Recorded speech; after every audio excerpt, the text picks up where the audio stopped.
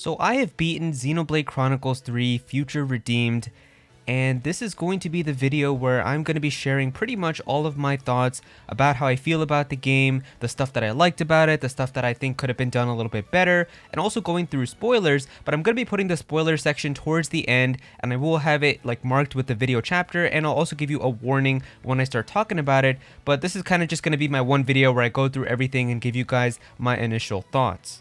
So when it comes to Future Redeemed, I don't think there's ever been anything that I've been so excited, concerned, and sad to play all at the same time. I was excited because this seemed like it was going to be the craziest thing ever in terms of what everybody wanted as a Xenoblade fan. You were going to have Shulk and Rex and Alvis and these crossover things, and it was going to be like this big fan servicey type of game that everybody really wanted the base game of Xenoblade 3 to be like. At the same time, it was also concerning because it seemed like this game was going to be talking and covering so many different things. Like in the initial trailer that we got, like the actual big trailer that we got in April, they were showing us like this character Nile and this character A and all this other stuff, and Mobius was there with Zed, and we were like, how is this all going to work? How are they going to make everything make sense in a 20-hour DLC? And then at the same time, this is of course the last piece of the Xenoblade saga, or a part of this trilogy, where after this you can't really just say like, oh, they'll cover it in Xenoblade 4 or they're gonna go into it in the next game, because this is pretty much the stopping point according to Tetsuya Takahashi in terms of like this arc of the Xenoblade series, and the next thing is probably going to be something different. So for being the final part of the Xenoblade Trilogy and this insane saga that we've had for so many years, how does Future Redeemed do, and was it worth it?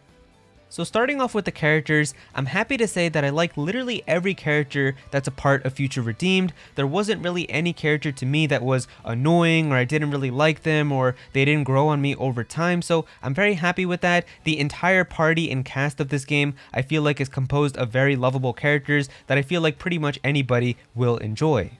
And so going into the main characters, our protagonist Matthew actually turned out to be an incredible character who I didn't think I was going to end up liking as much as I did. I've seen a couple of people actually saying that they prefer Matthew over Noah in the base game of Xenoblade 3, and honestly I feel like I'm inclined to agree. I think Matthew just has so much more charisma and is just much more energetic and has a lot more personality to him compared to Noah in the base game. And of course Noah is still a great character, I love Noah too, but I feel like Matthew definitely just brings a lot more charm, and I feel like a lot more people can get attached to him. So he was honestly a great character. I remember hearing his voice at first and I was like, wow, this is going to be a pretty interesting character, but he did turn out to be very nice. Now, ever since the trailer for the DLC, A was definitely the character that I was looking forward to the most. She just had a really cool character design, and I really liked it, and I was excited to see how the character was going to tie into the overall story, and there is a lot of spoilery stuff that we're going to go into when we start talking about it, but I really like her dynamic with Matthew, and I feel like they make a really good pairing together.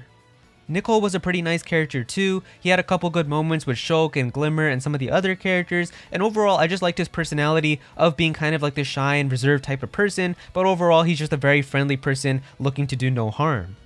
Now Glimmer for sure was also a character that grew on me over time. I remember at first I found her to be a little bit annoying, especially with the interactions that she had with Matthew and Nicole and all the others, but over time once she met Rex and Shulk and all these other characters, I definitely got more attached to her, and of course she is very similar to Mithra in terms of personality, so it does make sense that I would kind of grow on her over time, just like how I did with Mithra when I played Xenoblade 2.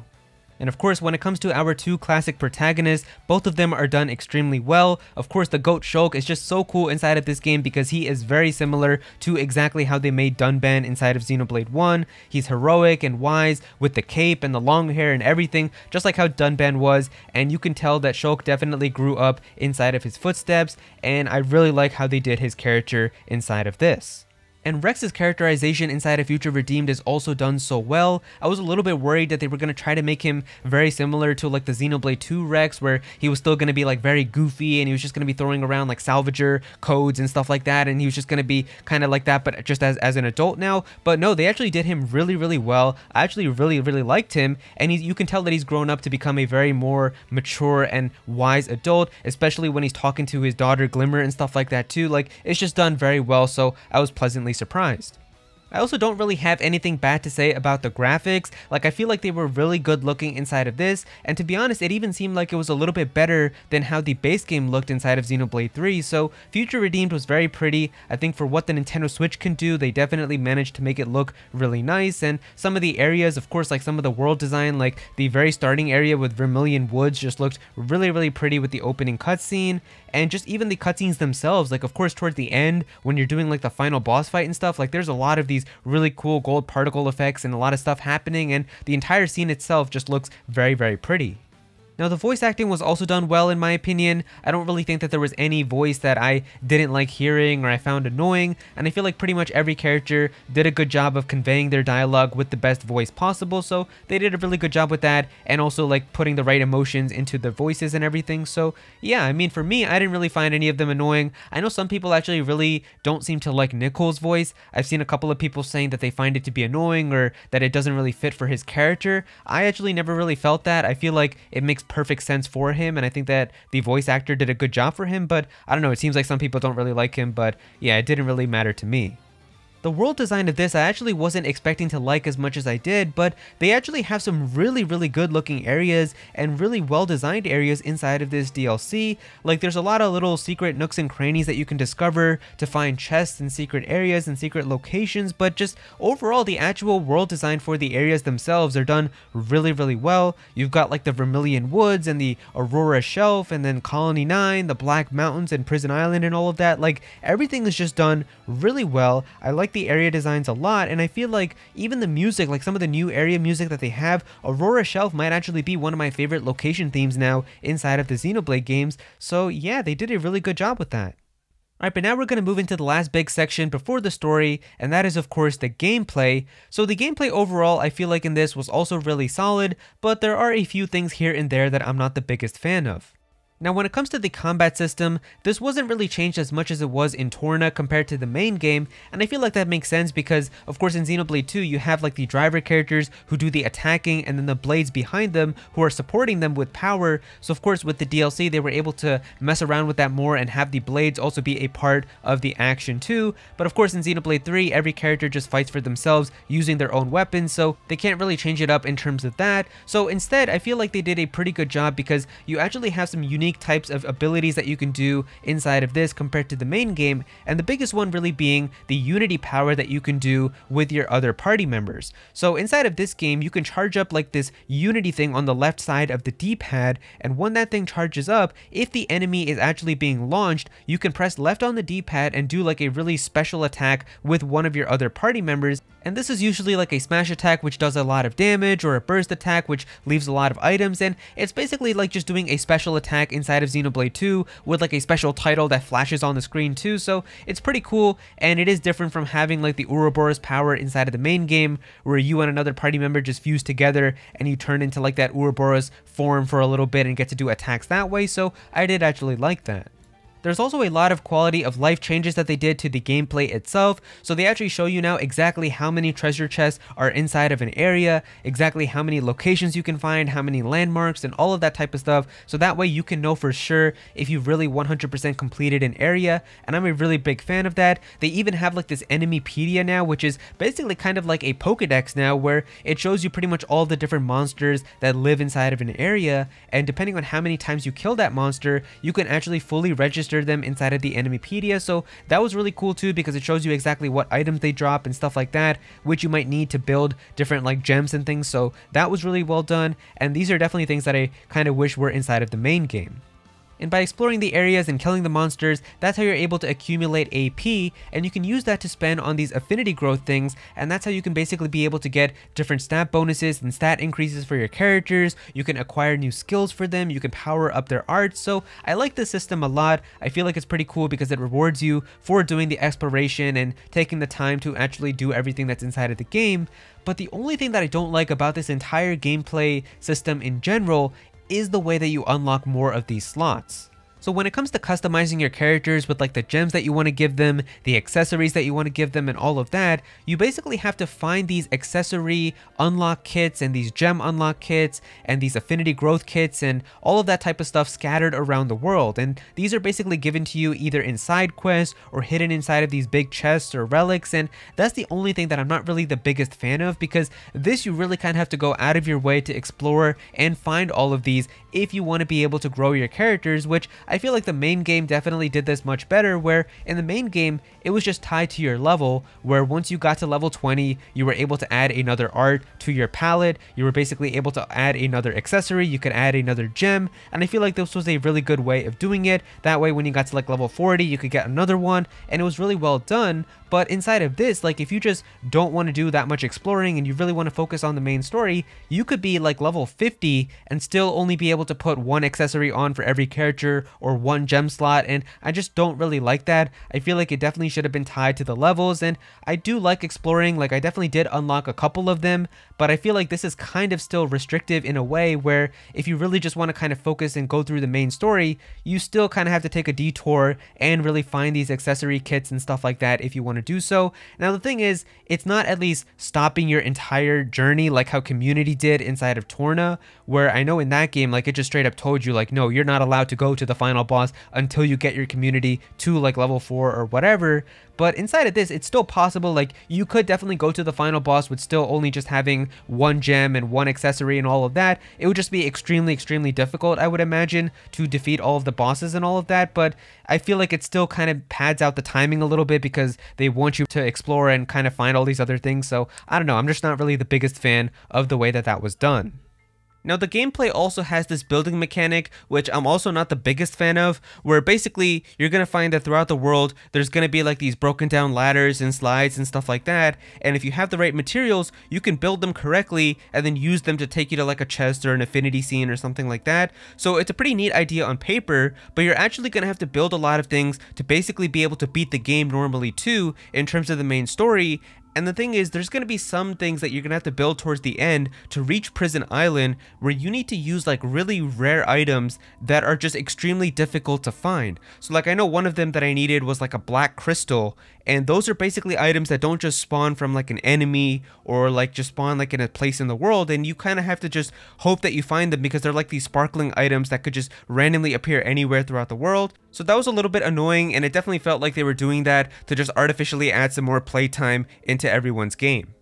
Now this gameplay also does bring back heart to hearts in a way, as they have something now called affinity scenes, and these are basically scenes where your party is able to observe like the scenery around them, and some of the characters in the party are going to reminisce about them and talk about these areas and stuff, and these were actually done extremely well. There's a lot of these scenes where you're going to see Shulk and Rex talking about them, and if you've played Xenoblade 1 and 2, it's basically just a bunch of amazing fan service in your face as they're talking about them, and you're going to be like, oh, I remember doing that inside of Xenoblade 2, or I remember when that happened in Xenoblade 1, so these are done really well, and I was a pretty big fan of them.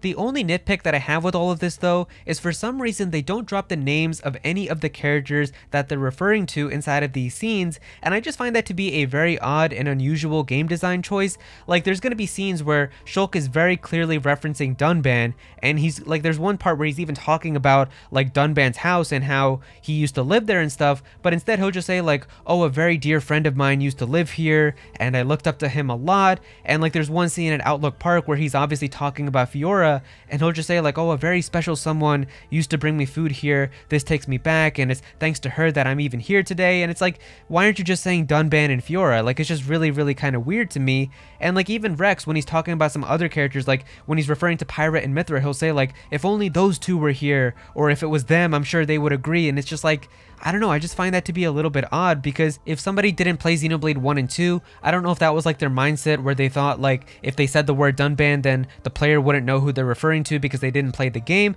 If anything, I feel like being more vague about this is kind of more confusing, and if they did say the word Dunban, then the person would remember that name, and that way if they ever do decide to play Xenoblade 1 or 2, they're gonna know that name from that scene and remember them. But yeah, I just find it a little weird that they didn't want to say anyone else's name. Alright, but with that now all out of the way, we are finally going to start talking about the actual story of Future Redeemed, and so this is going to have spoilers about exactly what happens, and a lot of the different things about each of the characters and things, so if you haven't played through the DLC all the way, or if you haven't beaten it yet, definitely be sure to go and do that first, before coming back to this section. But yeah, this is basically your warning, and now I'm going to start talking about all of that. So in my opinion, the overall story of Xenoblade Future Redeemed was not anything mind-blowing or crazy, but it was absolutely the perfect piece of content that we needed to connect all of the Xenoblade games together and be the final piece to wrap up the trilogy. So the game starts off with A already being Matthew's partner, and both of them are looking for Matthew's younger sister, Niall, who has gone missing. And along the way, they encounter other characters who join them, such as Nicole and Glimmer, and then later you also get Shulk and Rex, and really the entire pacing of like the beginning parts is done really well in my opinion. There's some really good scenes, and it really just picks up pretty fast. There really isn't any filler or any slow moments at all in my opinion. And really after you meet Shulk and Rex, they're like, okay, we'll take you to our base, and that ends up being Colony 9, and you kind of just progress through the story, and eventually you'll get to this spot here where Niall herself basically confronts everybody, and of course Matthew's gonna be like, oh my god, Niall, you're here, please come to us, and she doesn't come, but that's when we get like the big story and lore dump of exactly what's going on in the game. And so like a lot of people were speculating from the trailer, Ontos or Alvis basically splits into two things, and one of them is A. And Shulk is really the one who notices the crystal on A, and then goes up to her and asks like, what's going on, why do you look like that? And that's where we get the information that yeah, Ontos split into two things, and A is just the machine part of that, and that's why she's basically like what Alvis was in the base game of Xenoblade 1, and that's the one who remembers like pretty much the adventure with Shulk and all of that. It's just in a different form now, because that's like the form that ended up being taken in the place of Ionios. And the other half, however, even though it is in the Alvis body that we remember from Xenoblade 1, this is actually an entire new entity who calls himself Alpha, and this is basically like an evil and corrupted type of entity now who wants to destroy the entire world. Now, I'm going to be completely honest with you guys, I'm really happy that they put A inside of this game, because she kind of single-handedly saves how they treat Alvis's character inside of Future Redeemed for me, where of course this Alvis that we see right here, this is actually the form that we remember Alvis in inside of Xenoblade 1, and that's the one that helped Shulk throughout his adventure and stuff, but this Alvis isn't actually that Alvis. This is actually a whole new entity now who's calling himself Alpha, and it's because of that that I feel like if this was the only thing that was inside of Future Redeemed, I would actually be really upset and disappointed, because this would be completely out of character for Alvis, and this wouldn't have anything to do with like the Alvis that we remember from Xenoblade 1, and because of that I would just be really upset with how they kind of treated his character. But now it makes total sense, because they split Alvis into A, and A is the one who is basically his consciousness who remembers the stuff from Xenoblade 1, and that's why Shulk is able to recognize her, and she's able to explain how they split and everything. So this is actually our Alvis from the one that we remember in Xenoblade 1, and this one now is like a whole new evil entity, so I'm happy that the one that we remember as fans is still in the game, just in a different form. Now, why exactly is all of this happening? I don't really know if I fully understood it myself, but I feel like from the way that they explain it, it's actually kind of really funny, because this one thing here, they show this one scene where Shulk is like literally on a beach with his future connected outfit. He's just strolling along on the beach, and he finds the red Ontos Aegis crystal just lying on the beach. And this was the funniest thing, bro. When I saw this, this is so funny, because this is like the Xenoblade equivalent of just walking along and finding the Tesseract on the ground. But basically, this is apparently what happened, where somewhere after the events of the Xenoblade 1 ending, with Shulk still like having his future connected outfit, he ended up finding this crystal, and Melia seemed to call it a gift from Alvis. And so basically when they get to that crisis in Xenoblade 1, where their world is going to crash into the Xenoblade 2 world as the two worlds are approaching each other, Shulk decides why not use this crystal to power the origin device that they're using. And that's basically the information that gets dropped inside of Future Redeemed, is that the architecture and like the foundation for origin is actually built upon using Ontos's core. And this is the part now where I feel like I didn't understand it perfectly, so if you did understand it better than me, definitely comment down below and help me understand it better. But it seems like Ontos basically became Alpha, and in that Alpha form, he decided that the world that they were creating with like Mobius and just the world that was existing right now was not good, and it needed to be erased, and really only the new life that they had in the city should be preserved. It was said something along those lines, and because of that, he wanted to destroy the entire world. And that's why we were doing everything that we could to stop against Alpha, Alpha, and that's why even Zed was with us in that opening cutscene against the fight with Alvis, and that's why we can see right here that all of this stuff is going on. But they don't really explain exactly how Alpha comes to be. Like, I don't know if that was explained and I just didn't understand it properly, so that's why if you do get that type of stuff, definitely explain it to me in the comments down below. And then it's basically just explained that Alpha is using Nile as a vessel, similar to how Zanza was using Shulk inside of Xenoblade 1, so they need to get to Prison Island and then get to Origin to be able to stop him. And so that is pretty much the main story of the entire DLC. There's not really like a lot of plot twists or surprises or anything like that. However, there is one extremely cool part that happens, and that is right after you get to Prison Island, there's a boss fight that you have against N, and after that happens, you get sucked into Origin, but the next gameplay section takes place in like this normal looking kind of just suburban neighborhood, and you're like, wait, what is going on? But then you realize this is actually Klaus's world before the experiment. And I think Shulk says that this is like Origin's memory state that still has access to all of this information. And this is being like shown through Alpha, who still remembers all of this. And this is crazy because this is absolutely the thing that was missing inside of Xenoblade 3's base game. We wanted to see all of this type of stuff and see exactly how it was connected. So they talk about the Radamanthus like space station or whatever it was called in Xenoblade 2. So we get to see that. They talk about the savior rights. They talk about all the crazy stuff that we were wondering how that was going to connect. And the craziest thing is, like, during all of this, there's like this radio in the background, which apparently connects it now to Xenosaga too, because the logo that's on the radio is like the Vector logo, which is from the company that's in Xenosaga. They even name drop somebody like named Dimitri from Xenosaga, which I don't even know who that is because I haven't played the game yet. And apparently they even connect it to Xenoblade X now because they mentioned something about Exodus, and apparently that's in Xenoblade X now, so people are flipping out over that. And so this is absolutely, I'm sure, what Takahashi meant when he said that, like, you're going to be able to imagine what lies for in the future of Xenoblade even after playing this DLC, so I'm sure that this is exactly what he meant. And because of this now, a lot of people are going to be speculating like exactly what we're going to be getting next. Is there going to be something related to Xenosaga in a way, kind of? Are we going to see like a sequel to Xenoblade X now? There's so many theories now, and a lot of people are going to have fun with that. But yeah, I mean, I feel like this was a very pleasant surprise, and this was definitely the type of stuff that was missing in the base game. And even the final boss fight that you have against Alpha, this felt like the crazy trilogy finisher boss fight to me. Like Zed was cool inside of Xenoblade 3, but this absolutely, it's taking place in space. You have all these crazy gold particle effects going on. It's against, of course, Alpha, but in Alvis's body with these divine Zanza wings on it. Like, you got the craziest battle theme ever playing. It's incredible. And this is absolutely the perfect way to have the final boss fight in this incredible trilogy.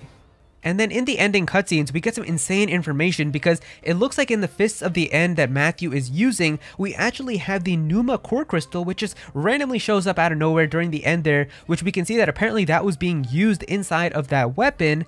And then also it looks like that they're implying that Malos's crystal was inside of N's sword and the one that Mobius is using, which might explain why Mobius is all purple. So now that makes sense why Mobius is purple and Ouroboros has always been green, because that is where Pyra and Mithra and Pneuma and Malos all went. So that's crazy. And then of course Ontos ends up becoming Alpha or Alvis inside of that. So it really kind of makes sense that all of the Aegises were together and we can actually see how they were represented. And then the last few things before the credits, we get to see Shulk, Rex, and A basically kind of sacrifice themselves in a way, but it's not really super sad because we know at the end of Xenoblade 3's base game, Noah is going to reset Origin and all of them are going to be okay when everything goes back to how it was before. But it is kind of sad to see them because, you know, you have been with them throughout this entire DLC and now they're disappearing at the end here. But with all of that, I mean, pretty much all of the remaining characters now with Matthew and Linka and Panacea and Glimmer and Nicole, and then also the other characters like Riku, those are kind of the ones who basically start the foundation of the city, and that explains kind of the statues inside of the base game now and all of that. So that all makes a lot of sense. And there's even this amazing scene I love at the end here with N, where N is like, Mobius is never going to change, we're still going to guard the Endless now, and this is how the world is going to be forever. And Matthew's going to be like, no, we're going to change that. And he's like, how? Your lives are so short. And he's like, don't worry, we'll keep passing it on. And that's exactly what happens. There's tons and tons of iterations of Ouroboros. And then my absolute favorite part is when N is turned around here and Matthew's like, who knows? maybe it'll even be you. And that's just some insane double meaning because it is actually Noah who is N, who saves everyone, but it is also N himself, Mobius N, who basically sacrifices himself with M at the very end of the game with the final boss fight to defeat Zed, so it's just some beautiful foreshadowing. And with that, that pretty much takes you to the credits of the game. And the credits here are very beautiful too. They go through basically all of the Xenoblade games. You see cutscenes from all of them, and that definitely feels like the trilogy finisher that everybody was waiting for. It really is the final kind of piece to the entire trilogy, and it's just done very beautifully. And then you even get the incredible post-credit scene here at the very end with the music playing and the song and everything. You get to see these two worlds of Xenoblade 1 and 2 being pulled apart, and then they finally come together into this one beautiful, perfect world at the very end, and that is the perfect, happy ending to this incredible trilogy. Now, in terms of the story, there are some things that I feel like could have been done a little bit better. I was actually thinking that there was going to be much more Mobius involvement in the story. Like when they were showing Zed inside of the trailers and all of that, I was thinking like, oh, is he actually going to have like a role in this? Is he actually going to be much more important? Are they going to flesh him out more? Are they going to do that with some of the other important Mobius, like Mobius X and Y? But they just don't really do that. He kind of is there for the opening cutscene and he has a few lines here and there, but he isn't really that important inside of this DLC either, which isn't really like a huge thing. Like, I mean, I still like him as a character more than most people do because I always see people just hating on him, but I do feel like this DLC was a missed opportunity to give him some more screen time and actually make him a more prominent character, but it is what it is. And really my most wanted thing that I really wanted to see, but it isn't a deal breaker, is just a cutscene or a picture or something of pretty much all of the casts of Xenoblade 1, 2, and 3 happily being together. I feel like it would have been just a perfect ending to the trilogy where, like, if we got a picture or a cutscene of adult Shulk and adult Fiora with their kid Nicole, maybe adult Ryan and Sharla with their kid Panacea, maybe seeing like old man Dunban and seeing old man Ricky with all of his kids and everything, like just seeing that, and Melia, I feel like that would have been so nice to see. Of course, with Xenoblade 2's cast, you actually do get to kind of see this in a way because we do have that picture of the cast that you get at the end of the base game, so you guys are actually lucky that you get that in some way. And then with Xenoblade 3, I feel like it needed it the most because that's actually the one where you get to see Noah and Mio being torn apart from each other at the very end of the game, and the entire Xenoblade 1 side and the Xenoblade 2 side get to be like worlds apart from each other, but we do get to see the worlds come together at the end. So just seeing like one happy picture of Noah and Mio being together and Uni and Tyon and Senna and Lance would have just been really, really nice. But I mean, it is implied that they're all living together happily now, but just seeing like pictures of them or actually seeing them would have been incredible. But yeah, that is absolutely the ending to the Xenoblade Trilogy and the Klaus saga. And while I don't think that every single little thing is perfectly explained and done really well, I do think that all of the main points were handled pretty well, and I'm pretty satisfied with everything myself. I do think that this is a very special trilogy in the end here, so I'm pretty content with it. Of course, I feel like that this was done really well because it did answer the biggest question that everybody was wondering about, which is what happened to Alvis. And I mean, Alvis disappeared at the end of Xenoblade 1, but after changing his core crystal, or after changing his key to like the Aegis crystal and all of that, it was kind of like they were setting him up for something. And of course, having these fog beasts and stuff, even that was explained inside of this, where it was basically just servants of Alpha that were the fog beasts, and they were making their ways into Xenoblade 1's world and all of that too. So it was just done really well. I feel like it did answer the biggest stuff like that, so I'm pretty satisfied. And ever since this artwork was shown, even before Xenoblade 3 came out, a lot of people were just really hyped and excited for what this DLC was going to do, and I feel like it definitely did deliver, and it was just a really good experience. I know a lot of people had some crazy expectations that they were going to have like time travel or time skips and all of that, and while all of that type of crazy stuff may have not happened, I am still very satisfied, and I do think that this is an incredible piece of Xenoblade content, and I feel like pretty much everyone, like even Xenoblade 1 fans, Xenoblade 2 fans, people who played Xenoblade 3, everybody, I feel like if you've played Xenoblade games in the past, you can definitely appreciate Future Redeemed. And so yeah, those are pretty much all of my thoughts on Xenoblade Chronicles 3 Future Redeemed. If you guys did enjoy the video, definitely be sure to click that like button and also subscribe to the channel, as well as I am going to be having more Xenoblade videos very soon. But also comment down below and let me know how you guys feel about everything as well. Did you guys really enjoy Xenoblade Future Redeemed? Were you disappointed by it? What are some things that you really loved? What are some things that you didn't like? How do you guys feel about everything? Definitely be sure to comment down below and let me know. And since this video is kind of a little bit long, it is almost basically like a half an hour, for. If you did make it all the way to this entire video, just comment the word Matthew with your comment as well. I want to see how many people got to this point right here, so make your comment, or if you just want to leave the word Matthew, that's fine too. I just want to see how many people got to here. And so yeah, go follow me on Twitter at Aero if you ever want to be featured in videos, and also join my Discord server as well. We've got a bunch of people in there who are always talking about Pokemon and Smash Bros and Nintendo, so definitely be sure to join that. And I will be uploading the entire playthrough of Xenoblade 3 Future Redeemed as well. I do have pretty much all of my VODs saved from the streams that I've done onto Twitch, so you will be seeing those appearing onto your sub feeds very soon as well. I think I should be having them coming out in the next coming days, so you can look forward to that as well. But yeah, that's pretty much it. Thank you so much for watching.